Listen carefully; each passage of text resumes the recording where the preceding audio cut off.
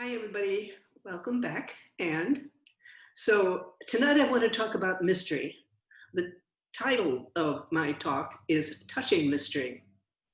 And I want to begin by saying, from the earliest days, the Buddhist teaching, the Dharma, has been considered a medicine. Here's a quote by a monk who lived in the first century BC. Of all the medicines, and he's quoting the Buddha, of all the medicines in the world, manifold and various, there is none like the medicine of the Dharma. Therefore, O monks, drink of this. This particular monk who said it, or is quoting or reciting the Buddha, is Venerable Nagasena, is his name. And I think that we come to IMCC because we intuitively feel it's medicine, especially in these days of the national nightmare that we are facing. This medicine feels really important. I think we keep coming. We did before the current COVID political, economic mess that we're in. We did it before, we're going to do it after. And we keep coming because we feel that this medicine really does help us personally, and it makes us more resilient in the face of difficult external circumstances. But the quote I just read isn't the full quote by the Venerable Nagasena. And it's brief, and I'm going to read it again. Of all the medicines in the world, manifold and various, there is none like the medicine of the Dhamma. Therefore, O monks, drink of this. Having drunk this Dhamma medicine, you will be ageless and beyond death. Having developed and seen the truth, you will be quenched and free from craving. Well, first of all, I'll say that we do not have to take literally ageless and beyond death. It wasn't meant to be literal. But however we choose to take those words, ageless and beyond death, I think it's hard to get hold of. It's hard to really grasp what in the world that might mean. And I think it's a lot easier to focus on, say, the nuts and bolts of our practice of mindfulness, the breath, the body, and so forth, than to try to grapple with this fuller way that the Dhamma medicine actually works, because it is the bigger way or fuller way that the medicine works. There are many benefits we all know to focusing on our practice. I won't even begin to try to express those, but they don't inspire the wonder or the appreciation of mystery that is all about us.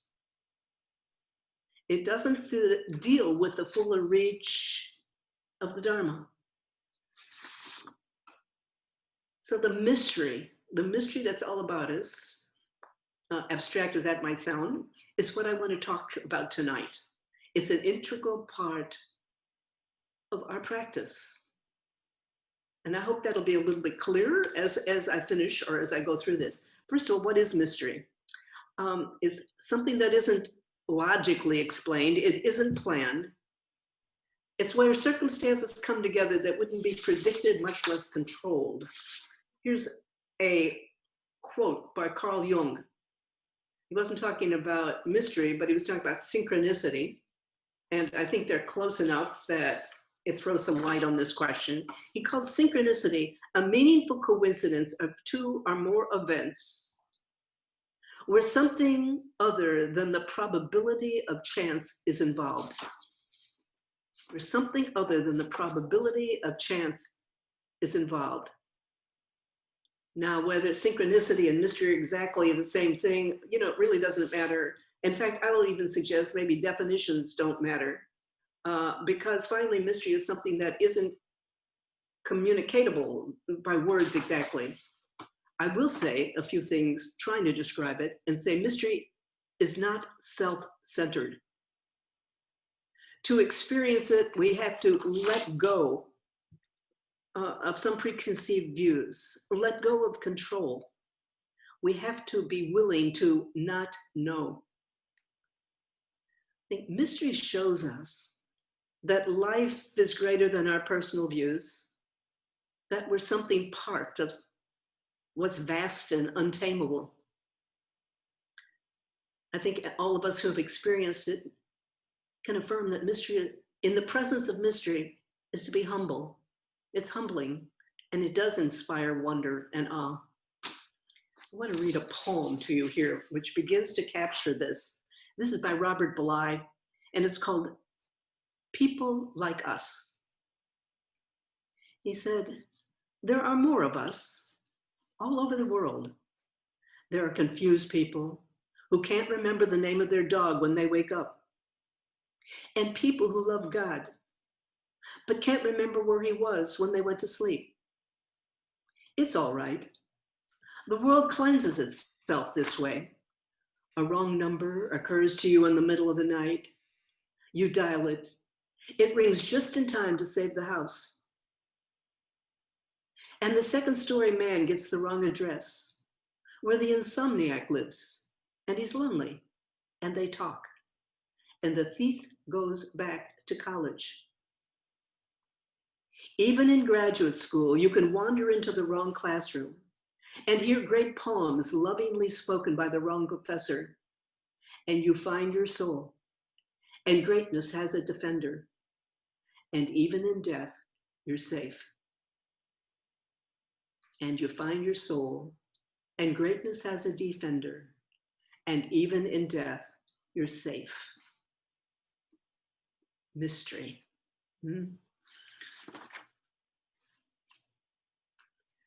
So I want to talk, first of all, a little bit about a book that actually inspired this talk tonight.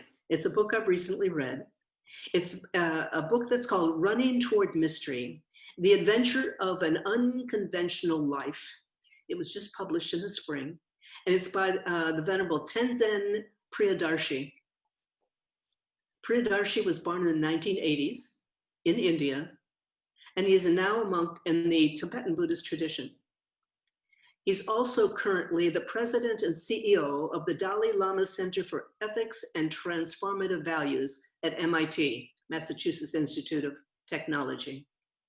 His life is filled with mystery. He talks about it in his book. So I'm going to just give you kind of an introduction because it's self-explanatory in a way. Okay, so he was born in India. Priyadarshi was born in India of a very prominent Brahmin family. But from the start, something else was pulling him not in the direction of his family heritage. He said it was pulling him mysteriously but irresistibly. He said that from the age of 6, he saw images of a man whom he didn't know. The man had a shaved head. He was wearing a white shirt and a yellow cloth over it. Same man over and over again. And then sometimes he saw images of several men, and sometimes pictures in his mind of a rocky ledge. Well, at age 10, he had this overwhelming sense he needed to go on a spiritual pilgrimage. He didn't know what a spiritual pilgrimage, a spiritual quest was, but he absolutely knew he had to try. So at age 10, he was in a boarding school in India.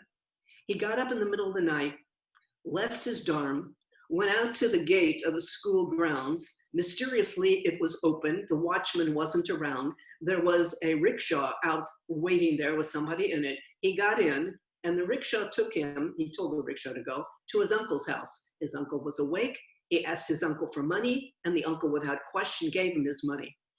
And then this little 10-year-old boy went over to the train station. He bought a ticket to the end of the line, which he had no idea where it was.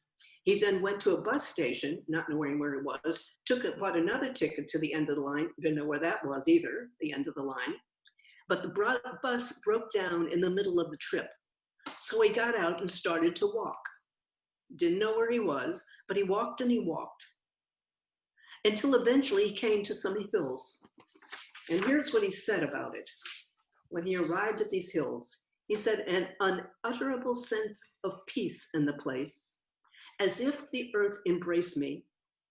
I had been propelled here by something I didn't understand, but understanding it didn't matter. It was enough to have arrived. Well, it turns out that he was at a vulture's peak, which any of you read some of the early Buddhist literature, you know, this is a major place where the Buddha taught. Vulture's Peak, it's on the hills overlooking the city of what's now called Rajgir. Had a slightly different name in the Buddha's day, but in the Buddha, now it's kind of a small town. In the Buddha's day, it was the most powerful city in northern India. And in the Buddha's day, the largest Buddhist monastery, they didn't call them monasteries then, but the largest Buddhist monastery was located there. The Buddha often taught there, Vulture's Peak. So he said, and now I'm talking about Priyadarshi, 10 years old, he said he looked around, he felt this incredible sense of peace and belonging. He looked around and he saw a temple nearby, and he went over to it, entered it, and he found a single Japanese monk there who was beating a ceremonial drum. And Priyadarshi went over, sat down next to the monk, and the monk turned to him and he said, "We've been expecting you." Now, if that isn't mystery, I don't know what is. So at any rate, he beat the drum a while longer. Priyadarshi sat there a while longer, and then they finished, or he finished, and they went over and they got some chai, the milky tea, Indian milky tea. And they sat, and Priyadarshi said they sat mainly in silence, but finally Priyadarshi spoke up, this little boy spoke up, and he said, "I'd like to stay here." And the monk said something like, "Sure," you know, just like that. So the monk gave him some cleaning up little duties to do around the monastery. And the boy did that for 2 weeks. Well, of course, his family was distraught.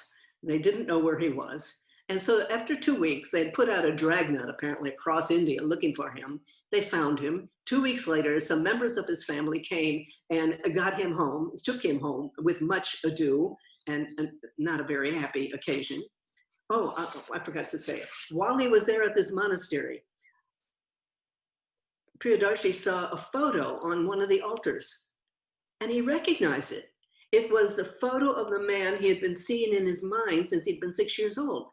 So he asked the monk, "Who is this?" And the monk said, "Oh, he was," and he gave the name. He said, "He's been dead now for 4 years." In other words, just about the time when Priyadarshi started seeing his image, the man had died. So again, more mystery. So at any rate, his family took him home, and to make a long story short, his father gathered together 76 members of his family. It was a big family, 76 members, and Priyadarshi underwent what he called trial by family. They grilled him for hours, and they told him how absolutely unsuitable it was for him, with his high station as a Brahmin, a very prominent family, to be associating with renunciants. In their minds, culturally, a renunciant's life is equal to failure. You don't do that. And so here was Priyadarshi perfectly happy. So his people, his family was telling him, "You can't do that. And moreover, you can't be associated with Buddhists either. You know, you're a Hindu, you don't associate with Buddhists." And they went on, and they were telling him how absolutely beneath his station was. And they told him in no uncertain terms that if he continued doing this, he would shame his family, he would kill his parents, his sisters would not be allowed to marry because they would be so ashamed or shamed socially to have a brother who was associated with a Buddhist. So in other words, in short, they laid a great big guilt trip on the boy. And it's amazing that this 10-year-old child was not intimidated. He endured it, and according to his own, with some apparent, some dignity, and he endured it and wasn't intimidated. But this was the beginning of a long siege between him and his family. Even they have conflict, because his heart could not change. He had this longing to do something, to join with these people who he had discovered. And so there was much more mystery. I'm not going to start telling you all of the mystery. There's way too much to do. But I will say that when he got a bit older, sometime in his teens, he realized, yes, he wanted to be a Buddhist monk. In fact, he felt he had already become one in effect when he was at 10 years old at the other monastery. He needed parental consent. That's a rule in Buddhist monasteries. You need the consent of parents if you're going to become a monastic. Well, his parents were loving. They cared for him, but his father absolutely would not agree that he ordain.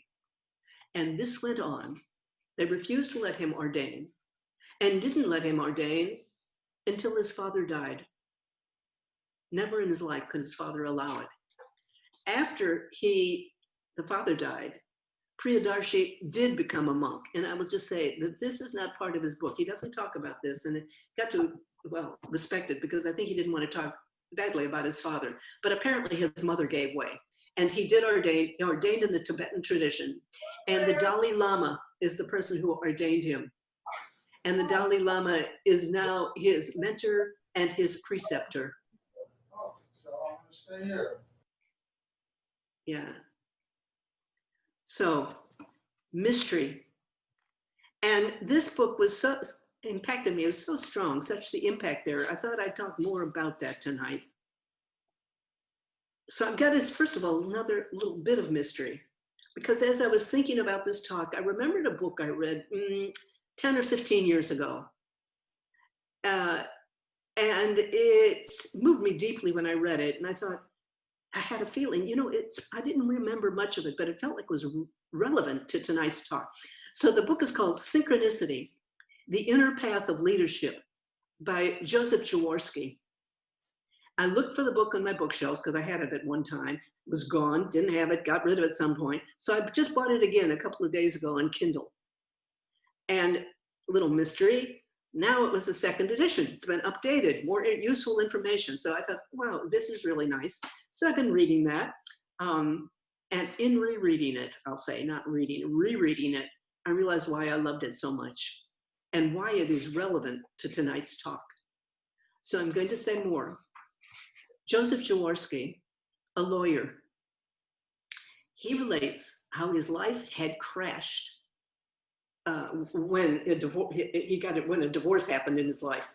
His wife asked for a divorce. It really hit bottom. They've been doing a fast-paced life, apparently very well-to-do, but the divorce, simply everything crashed. And what happened for Jaworski, and this is what he relates in his book, because he ties this book in, his personal a journey is what happened, an inner journey. He ties the book in with the works of Joseph Campbell, A Hero's Journey, showing how what he began to experience was very much like a hero's journey. And in the book, he doesn't leave it there. I'm going to talk to you about the journey in a minute, but say he goes on and he talks about the hero's journey, not in terms of his own personal life, because he went through tremendous, mysterious openings, but he saw new principles of leadership, organizational leadership, in the context of this journey. It's fascinating. It makes really fascinating reading. Over the next several years after this divorce, and once this transformation began happening, Jaworski relates that a whole series of synchronistic events began to occur, connections with people he never expected to connect with. And the result of all of this was not only inner transformation, but the development of an organization. He developed it, created it, called the American Leadership Forum. And he created that in the 1980s. And the American Leadership Forum was committed to developing a new generation of leaders, public servants, that could meet the needs of the 20th century. And the bottom line core idea was doing away with hierarchical model that has forever been the dominant model, and instead cultivating servant leaders. Servant leaders. The principles they talks about just so impress me. They align perfectly with Buddhism, with Buddhist principles. Now, Jaworski doesn't relate that he studied Buddhism, but the beauty of it is that this came from within. These principles aren't just Buddhist. They are universal when people are open. And that's what Jaworski is reflecting. And a basic principle was to let go of fixed ideas and the sense of control about how one's life needed to be. Not to do a lot of pre-planning, not to do a lot of controlling, but instead serving life, allowing life to unfold through him. Now, it's not passivity. Here's how he explains it. And this is already many years into his transformation. He said, with his ALF and other organizations, he said, I had to do my work. I treated it as my ultimate concern, and then simply waited expectantly in the warrior's repose with acute awareness for the opportune moment. And then I moved instantly when it occurred, instantly without conscious premeditation.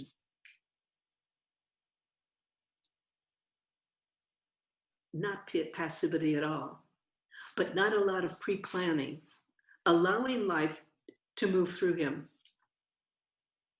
So I think you can see how this really aligns with Dharma principles of change, of impermanence, of never really knowing what happens, of moving past one's own fixed ideas and opening to what truly is. So I'm going to give you one example of a defining moment in Jaworski's life. It happened in 1988. He said he attended a talk in Houston given by an executive from Royal Dutch Shell International Corporation. And this executive talked about innovative processes of what he called scenario planning that corporate leaders could take to make better strategic decisions, more effective decisions. And they were basically, he was talking about right along the lines that Jaworski was already implementing in the American Leadership Forum. So after the talk was over, he said he went up to the speaker and he thanked him, and he said that he himself, Jaworski, would love to do some kind of work like that.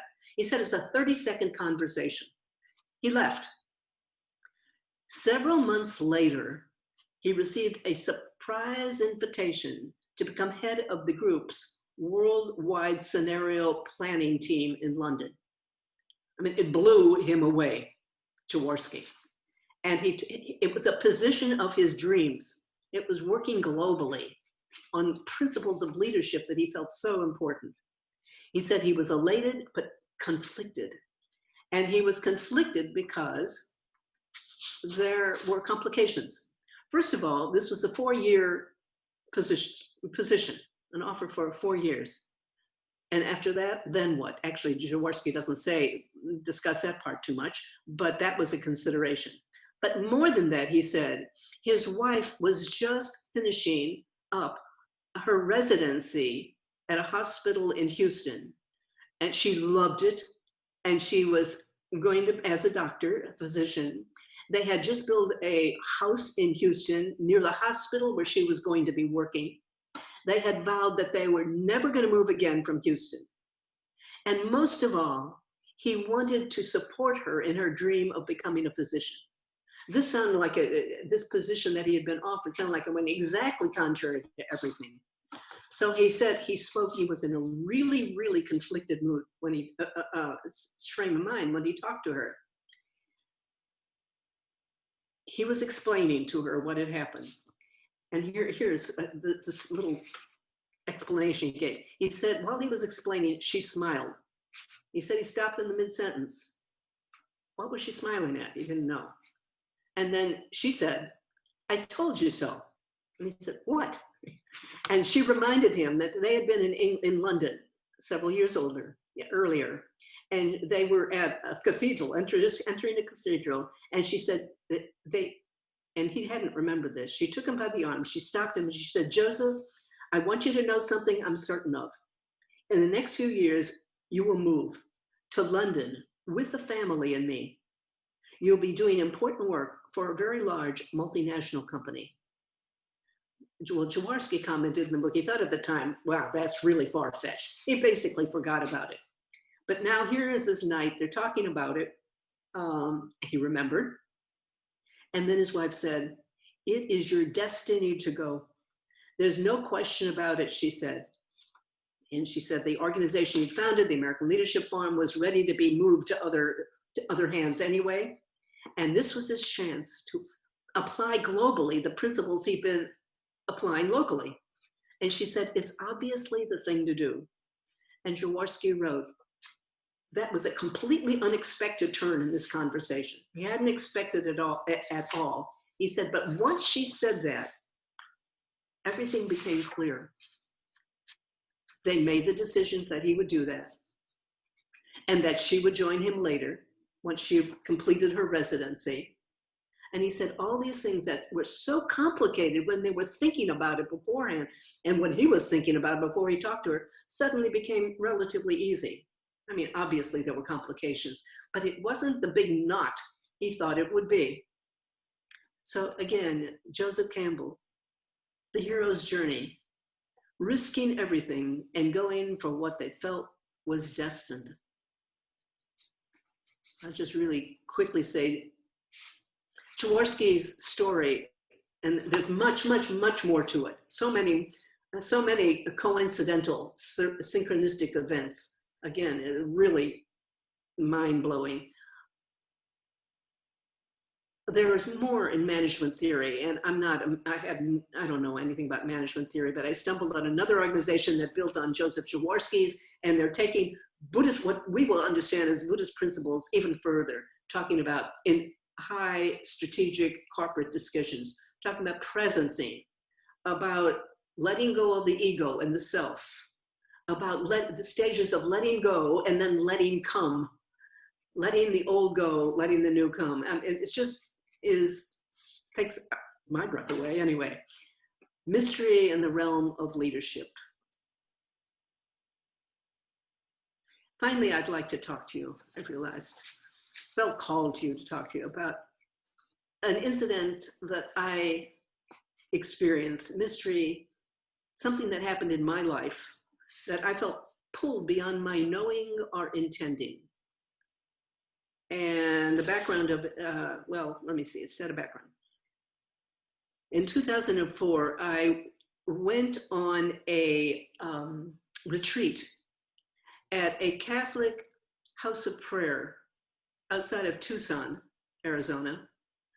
I felt in retrospect, even kind of all along, that felt so amazing that I'd been called to this place from Virginia to Arizona in order to be on the last weeks of life with a nun there. She was in her 70s, to be kind of a contemplative companion to her.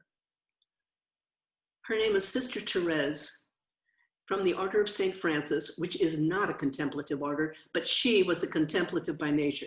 And she, single woman instead of single man, she held together this amazing little house of prayer, which was on a mesa overlooking the desert outside of Black Canyon City, Arizona, which if you've never heard of, that's fine, is really tiny. And it consisted, the house of prayer consisted of 4 little single room hermitages, of which she occupied one. I occupied the other. The other two were empty, and they were empty almost the entire time. Only one night somebody else came, but most of the time, apparently, I found out Sister Therese was there all alone, and she loved it. She was contemplative. I just tell you, I was looking for a place, a house of prayer. And a friend of mine who had been out in the West had recommended this place to me. And I had called Sister Therese, talked to her on the phone, and I told her, explained to her what I wanted, and that I came from Buddhist tradition, wasn't a Catholic. And was that okay? It was fine. She and I talked. There was something about our conversation that was so beautiful. I knew right away. She said, so think about this, and then you can make an application. So I said, Sister, I don't have to think about it. It feels right. So, but I did make an application. I was accepted. But it was interesting because a few days after my conversation with her, my friend called me and said, oh, wait a minute, I made a mistake. It's the wrong house of prayer. I meant to give you another one. I said, this was the right one. So I went there, and she and I, Sister Therese and I, just talked every day. about a lot of things, including Buddhism. I told her she was really interested in what that was about. She talked about her life as a contemplative. And and I will say, together, she allowed me to help her perform Mass at this most beautiful chapel that she had overseen. She'd been there 25 years, had overseen the building of it. It's beautiful, sunlit little chapel on the side of this mesa.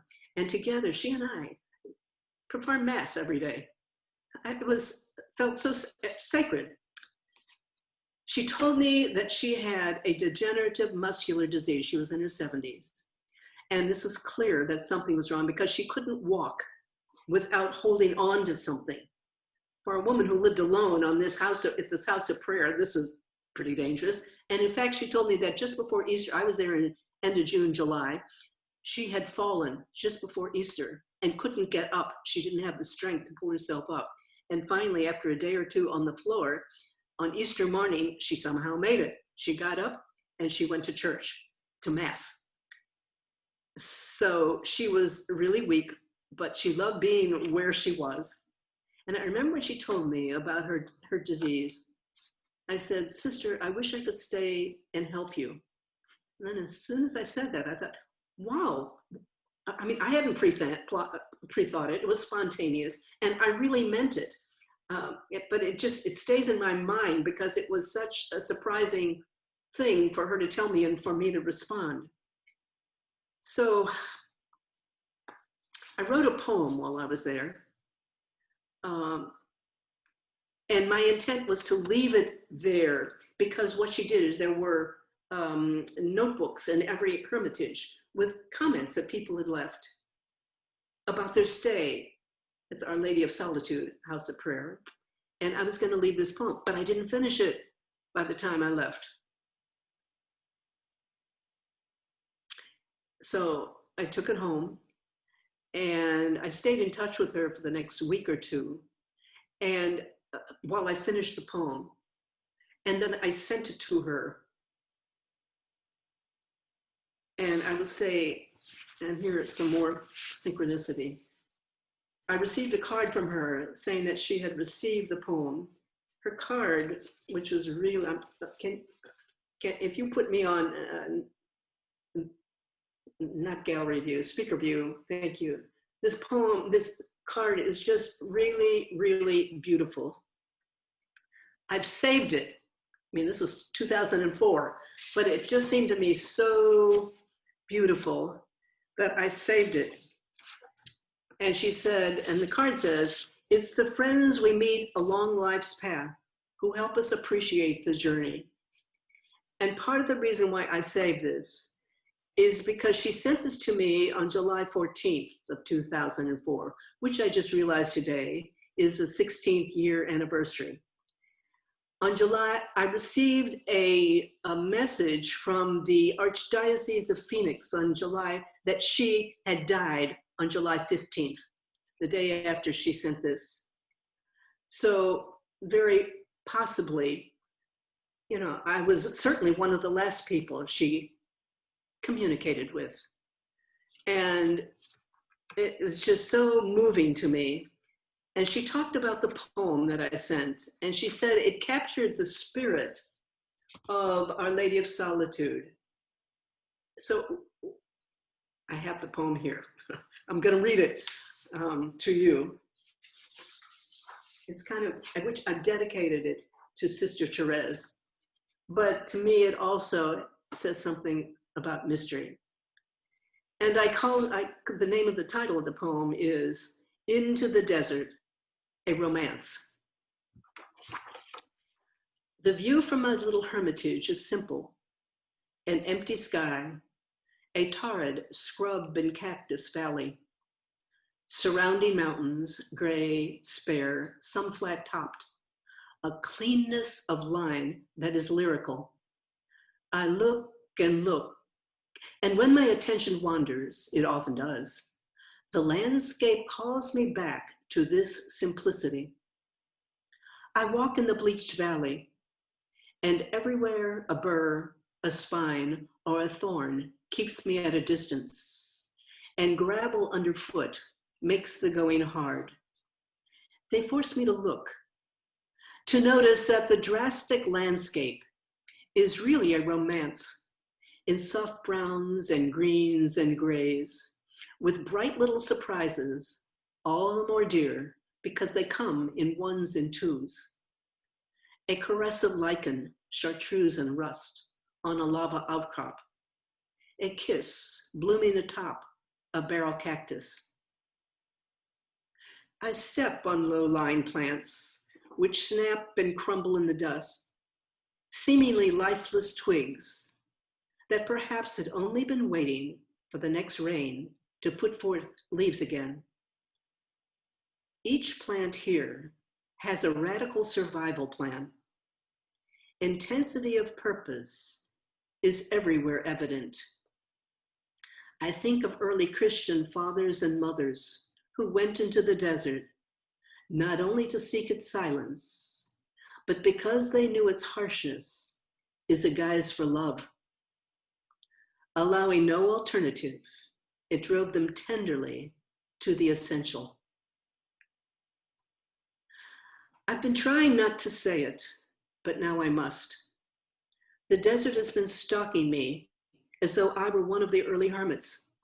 You see, a little town is scribbled like graffiti at the base of this mesa, and an interstate stretches in a long, rude scrawl from horizon to horizon. That is how they seem, a desecration. I've neither walked nor looked in that direction. I've refused to speak of them, but daily the desert reveals the dishonesty of my gaze, the lie at the heart of this poem. It has finally worn away my resistance, and now, at last and meekly, without defenses, my heart turns to listen. I am that I am, as much the town and the road as the desert. Welcome me. Let go your easy little preferences, your resistance to what is.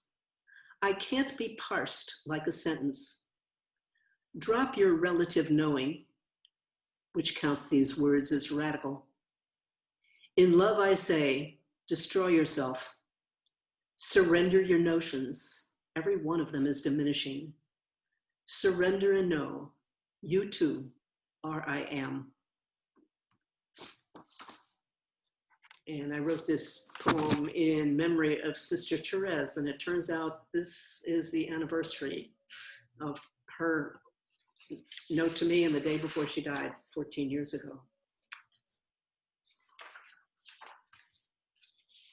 So I wanted to conclude and say, you know, there is mystery in all of our lives, one way or another. I know many of us have experienced it. And I think it's important not to lock it away in the room of memory and think of it as something that's strange and just kind of let it go with that.